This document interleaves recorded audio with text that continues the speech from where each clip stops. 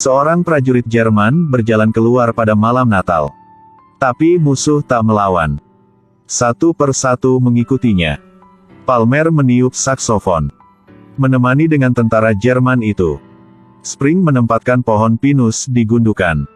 Ia mengucapkan selamat malam dengan musuh. Selamat malam, nama saya Spring. Semangat, ya.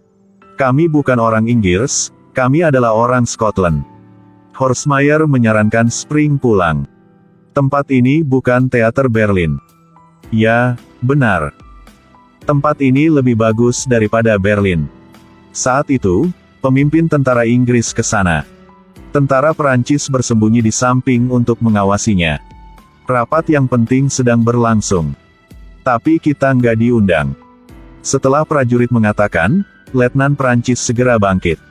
Inilah adegan belum pernah terjadi di medan perang. Pada malam Natal, semua orang melepaskan senapan. Pertempuran tidak terpengaruh apapun karena malam ini. Tak siapapun mengkritik kita kalau melepaskan senapan pada malam Natal. Jangan bimbang. Cuma malam ini aja. Letnan Perancis kembali ke areanya untuk mengambil sampahnya. Ica ingin minum anggur untuk merayakan perjanjian yang sukses. Para prajurit menyalakan suar. Cahaya yang indah banget. Para prajurit giliran keluar. Mereka minum anggur agar selamat. Seorang pramuka Prancis baru saja berjalan ke sisi yang berlawanan dan masih belum tahu apa yang terjadi. Saat perwira Jerman yang melihat ini, dia tidak menganggapnya sebagai musuh. Ia baik hati membangkitkannya. Inilah kali pertama mereka berdiri dekat bersama. Mereka merasa bingung loh. Saat ini, mereka masih ragu-ragu.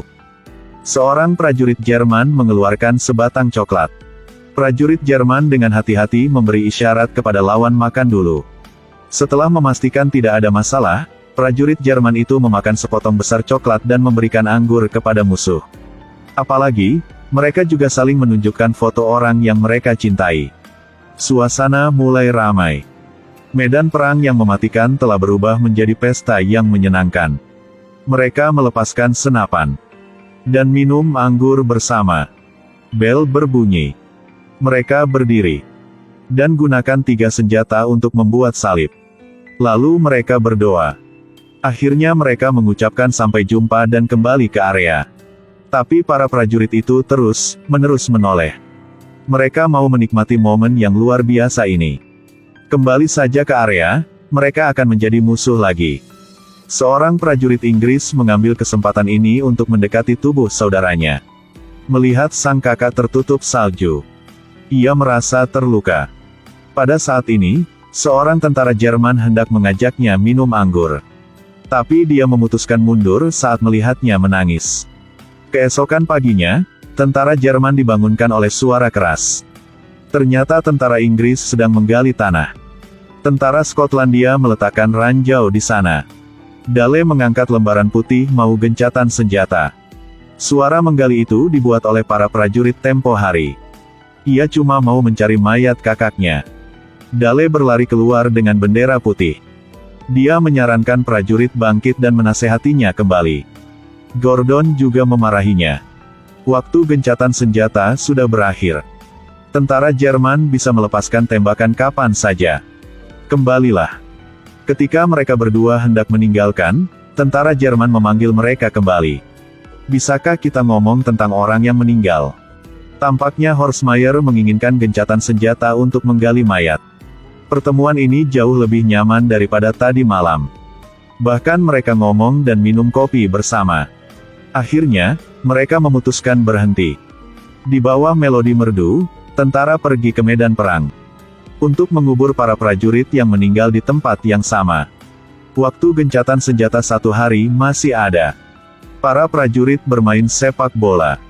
Mereka terlepas dari kebangsaannya, berkumpul untuk menonton sepak bola.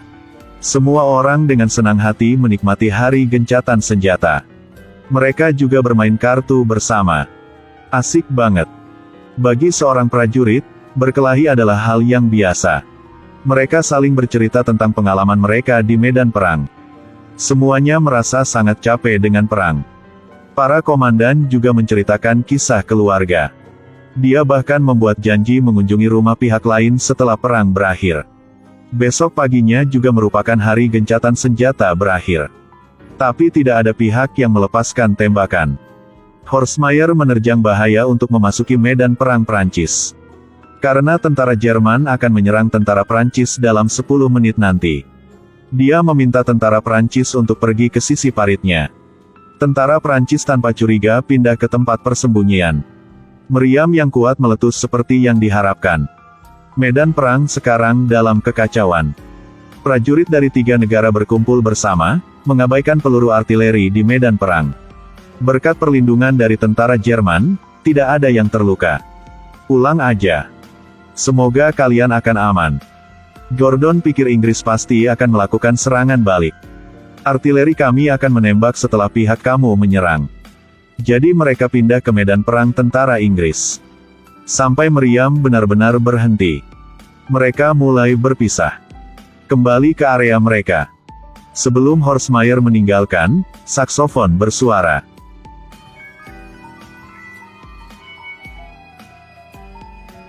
Perpisahan ini meninggalkan perasaan khusus di hati semua orang. Tetapi karena beberapa tentara menceritakan kisah ini kepada sahabatnya. Jadi gencatan senjata diketahui oleh para pemimpin negara. Perdana Menteri minta prajurit itu ke medan perang lain.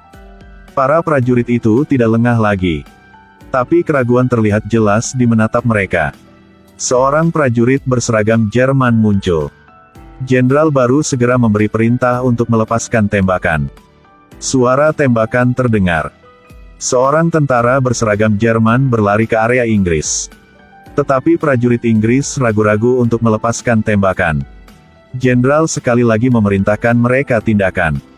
Tentara menembak ke langit dan memerintahkannya untuk pergi. Pada saat ini, jenderal yang marah langsung memerintahkan prajurit itu untuk menembak. Tak cara yang lain, ia harus patuh hati. Jenderal Prancis bergegas keluar. Orang yang tertembak adalah prajurit pihaknya. Memang bodoh saat menyamar sebagai prajurit Jerman, kan? Ternyata prajurit ini menyamar agar bisa mengumpulkan dengan keluarganya. Orang Jerman dengan baik untuk membantunya mengganti pakaiannya.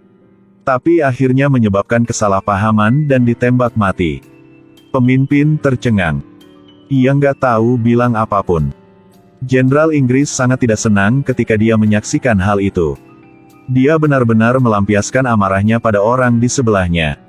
Karena gencatan senjata, Jenderal tentara Prancis dihukum karena pengkhianatan. Jenderal Prancis berkata kepada komandannya, "Saya merasa orang Jerman sangat ramah. Kenapa berteriak, 'Bunuh tentara Jerman'?" Sebelum mereka makan hidangan kalkun itu. Horstmeyer juga dihukum berat setelah gencatan senjata itu. Dia dikirim ke medan perang Rusia. Meski perjalanan ini akan melalui kampung halamannya. Tapi mereka dianggap sebagai aib nasional. Komandan yang menarik harmonika akan menginjak-injaknya. Kemudian dia berbalik ke arah Horstmeyer. "Pengkhianat sepertimu harus mati di tempat terdingin dan paling kejam." Lalu ia meninggalkan, prajurit tiba-tiba menyanyi. Setelah itu, semua orang menyenandungkan lagu bersama. Alat musik dapat dihancurkan. Hidup bisa dirampok. Tapi api kedamaian di hati setiap prajurit tidak pernah padam. Kereta menuju medan perang yang jauh. Film ini berdasarkan kejadian nyata. Di medan perang yang kejam itu, mereka menikmati masa damai yang singkat. Kalau Spring nggak menyanyi, kalau nggak ada malam Natal itu, para prajurit ini mungkin udah meninggal. Tidak siapapun yang berani menghancurkan momen bahagia dan damai di medan perang tahun itu. Bahkan dengan pengorbanan, cahaya kedamaian di hati tidak pernah padam.